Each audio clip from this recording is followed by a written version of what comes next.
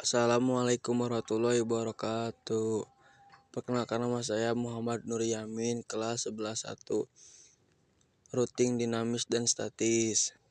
Routing dinamik routing adalah jenis router yang mampu membuat tabel routing secara otomatis berdasarkan lalu lintas jaringan dan router yang terhubung. Berkebalikan dengan routing statis, routing dinamis memiliki protokol routing yang akan mengatur router secara otomatis untuk saling berkomunikasi dengan memberikan informasi tentang jaringan dan koneksi antar router.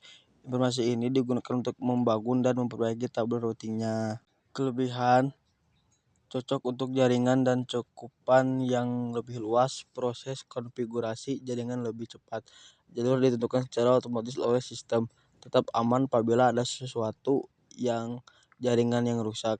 Bila ada penambahan network baru, maka tidak perlu semua router dikonfigurasi, hanya router yang berkaitan saja. Kekurangan routing dinamis: beban kerja router lebih berat karena selalu memperbarui IP tabel, membutuhkan bandwidth yang lebih besar, membutuhkan RAM yang lebih besar agar dapat menentukan jalur terbaik saat terjadinya down. Routing statis atau static routing adalah proses setting router jaringan menggunakan tabel routing yang dikonfigurasikan secara manual oleh network administrator.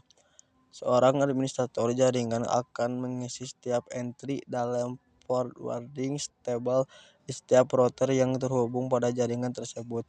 Mereka harus memasukkan atau menghapus rute statis jika adanya perubahan topologi. Konsep routing statis merupakan pengaturan routing paling sederhana dalam jaringan komputer. Maka dari itu, penggunaan routing statis cocok untuk jaringan internet skala kecil. Kelebihan routing statis: meringankan kinerja prosesor router, tidak ada bandwidth yang terhubung saat terjadi pertukaran paket, lebih aman.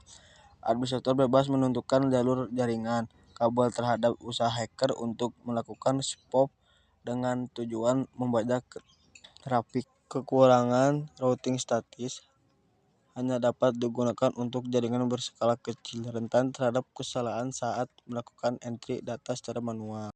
Jangan lupa like and subscribe ya.